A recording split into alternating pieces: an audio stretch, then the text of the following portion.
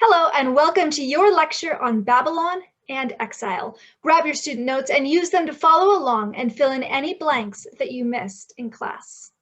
Follow me back to Babylon, that small city near Kish in Mesopotamia that was settled by the Amorites. Babylon was a small city until King Hammurabi, who reigned from 1792 to 1750 BC, made it the seat of empire. Even after King Hammurabi's empire fell, Babylon remained the political and cultural heart of Mesopotamia for over a millennium, 1,000 years. A lot could happen in 1,000 years. You have Ramses the Great in the world's first international peace treaty. You have the rise of the club of great powers in the Mediterranean and Near East, and you have the fall of those same powers during the Bronze Age collapse. The Phoenicians begin to rise to prominence in the Levant. The Greeks lose the ability to write and paint and then regain it again and start writing down some of their poetry using that alphabet from the Phoenicians. And of course, the Assyrians spread across the Near East. Babylon was one of the many cities swallowed up by the Assyrians, but they were not destroyed. They were still a cultural center, and the Assyrians respected them and recognized them as a seat of their shared history. The Assyrians and the Babylonians had been like family for centuries. At times, like family, they got along great and were the best of friends. At other times, they fought, but they recognized their shared past and they did not try to destroy each other. That changed in 689 BC when Sennacherib, king of the Assyrians, the same Sennacherib who unsuccessfully besieged Jerusalem, decided to destroy Babylon completely and carry off the statue of their main god, Marduk. This is the picture of the Babylonian god Marduk, god of thunder, god of agriculture, god of traits like justice and compassion. The main statue of him in Babylon was made of wood and covered in gold and silver, and it's hard to overstate how important it was to the Babylonians. Babylonian kings received their crown, and by extension their kingship, from this statue. Babylonians believed that the statue was more than just wood and gold and silver. They believed that it was their god Marduk himself residing in Babylon. To steal the statue was to steal their god. Babylonians were furious at the theft of the statue, and so for that matter were many Assyrians. After all, they still revered Babylon as a cultural center, and they thought destroying it and stealing the statue of Marduk was going too far.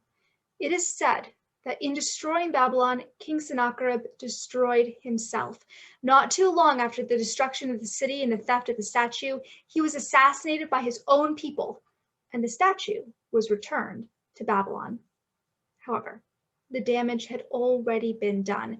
Relations between Babylon and Assyria were in shambles. 63 years after the destruction of Babylon, the Babylonians revolted. They led a rebellion against the Assyrians between 626 and 609 BC, and they succeeded. King Nebuchadnezzar II, the Babylonian king, took over the Assyrian lands. I should mention at this point that this change in power didn't actually mean that much of a change for the common people. They continued living their lives. The only main change for them was that instead of worshiping Ashur, as the Assyrians would have them do, they instead worshipped the Babylonian gods. The Babylonian Empire now stretched over a wide and wealthy stretch of land. Nebuchadnezzar II, ruling over these lands, now had a very difficult decision to make: what to do with all that money. Like other great kings before him, including Ramses II and King Solomon, King Nebuchadnezzar II decided to use the riches of his conquered lands in order to strengthen and beautify his capital city of Babylon until, as the Greek historian Herodotus wrote, it surpassed in beauty any city of the known world. One of King Nebuchadnezzar II's most famous architectural achievements, and a runner-up to being one of the 7 wonders of the ancient world, was the Ishtar Gate, the main gate leading into Babylon, made of brick, cobalt, cedarwood, of course from the Phoenicians, and bronze. It was decorated with reliefs of lions to honor Ishtar, the goddess of love, and dragons to honor Marduk. Here's a close-up of one of those lions of Ishtar. This beautiful street you see leading up to the Ishtar Gate is 70 feet wide. It is called the Processional Way, and it leads from the Ishtar Gate all the way to the massive ziggurat known as a Temenanki. A Tamananki was a religious building. It was a temple. There was said to have been an empty chamber at the very top of the ziggurat in which there was only a cot, and at night Babylonians believed that the god himself would come down and sleep there. Although a Tamananki has disappeared from history, in the 1930s, German archaeologists were able to excavate the remains at the Ishtar Gate, which is fully 50 feet high and extended another 45 feet underground. They promptly packed it up and shipped it off to Berlin, Germany. They were not able to find, however, that most famous of King Nebuchadnezzar II's architectural achievements, that wonder of the world that has captivated the imagination of historians for almost 2.5 millennia. I speak, of course, of the Hanging Gardens of Babylon. According to legend, King Nebuchadnezzar II had a wife from Persia. Persia is green. Mesopotamia, with its burning sands and burning sun, is most decidedly not.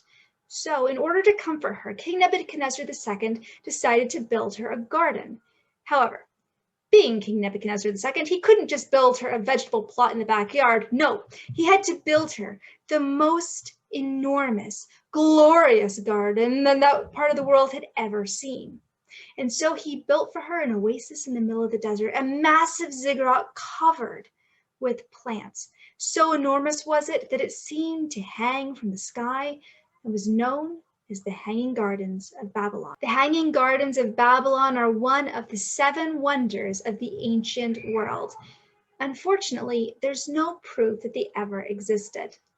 The Greeks, from whose histories we know about the gardens, were not very good at distinguishing between the Assyrians and the Babylonians. There are kind of all those people who are out there in Mesopotamia.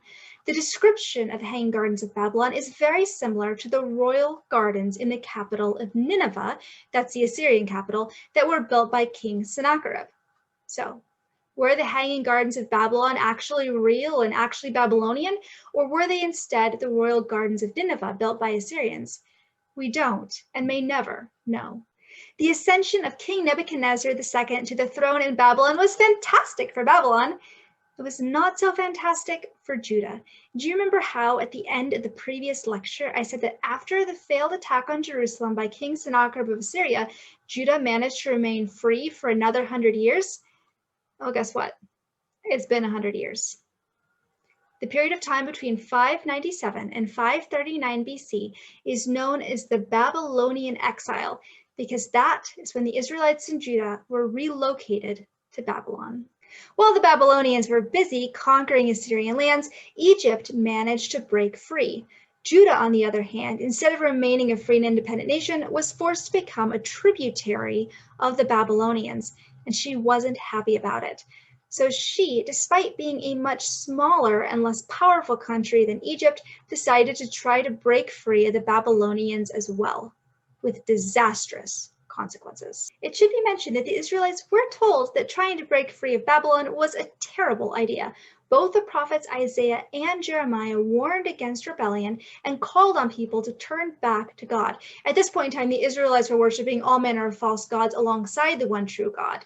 Isaiah and Jeremiah called for them to put aside those false gods and put all of their hope and trust in the one true God. But they were ignored. To whom can I speak and give warning, laments Jeremiah in Jeremiah 6:10. Who will listen to me? Their ears are closed, so they cannot hear. The word of the Lord is offensive to them. They find no pleasure in it. But I am full of the wrath of the Lord, and I cannot hold it in. It is very difficult to tell somebody something they do not want to hear. The king of Judah liked the idea of breaking free of Babylon, no longer having paid tribute. He didn't like the idea of staying where he was. So, despite the fact that he had been warned full well that if he decided to rebel against Babylon, Judah would be destroyed, he rebelled anyway, not just once, but twice. In the first failed rebellion, Nebuchadnezzar II came down, stripped the temple of its treasures, all of its gold and silver, and deported 8,000 Israelites from Judah to Babylon. These Israelites were primarily soldiers. It made sense to get Israel's fighting men out of the way. So in this, the Babylonians were following in the footsteps of the Assyrians with their relocation policy. If people are causing trouble, take them out of their home country and put them somewhere else. In this, he also took the king of Judah, but the next king decided to also rebel. In the second failed rebellion, Nebuchadnezzar II had had enough. You want to play hardball? He said. I'll play hardball, and he burned Jerusalem to the ground. He destroyed the temple that Solomon had built, that had stood for hundreds of years. He destroyed, and he relocated all but the very poorest people to Babylon. To the exiles, the loss of their homeland, and especially of their temple, was devastating. To this day, some people date the Babylonian exile not from the time they left Judah to the time they came back, but instead from the destruction of the temple to its eventual rebuilding, that is from 586 to 516 BC. As a homeless people living in a foreign country, the Jews now had a choice. They could choose to assimilate, to blend in, take on Babylonian culture as their own, and forget their Jewish identity, put aside their past. This is what the northern tribes had done. That's why they became known as the 10 lost tribes of Israel, because they blended in so well with the Assyrian culture that they disappeared from history as a separate people. Or the Jews living in Babylon could choose to try and keep their faith alive. They did the latter. They did not assimilate. The prophet Jeremiah gave them instructions from God to wait quietly, pray, and trust in God. And this they did, learning how to survive as a separate people in a foreign country. Because they didn't have a country and a universal faith to unite them, they realized that to keep their faith alive, they had to write it down. And so here's where you get Jewish writers and editors collecting and assembling the books of what would eventually become the Old Testament. Babylon is now at the height of her power. The Jews are at their lowest point. But next week, we'll see a reversal of fortunes as we discuss Cyrus the Great and the return of the Jews. See you next week.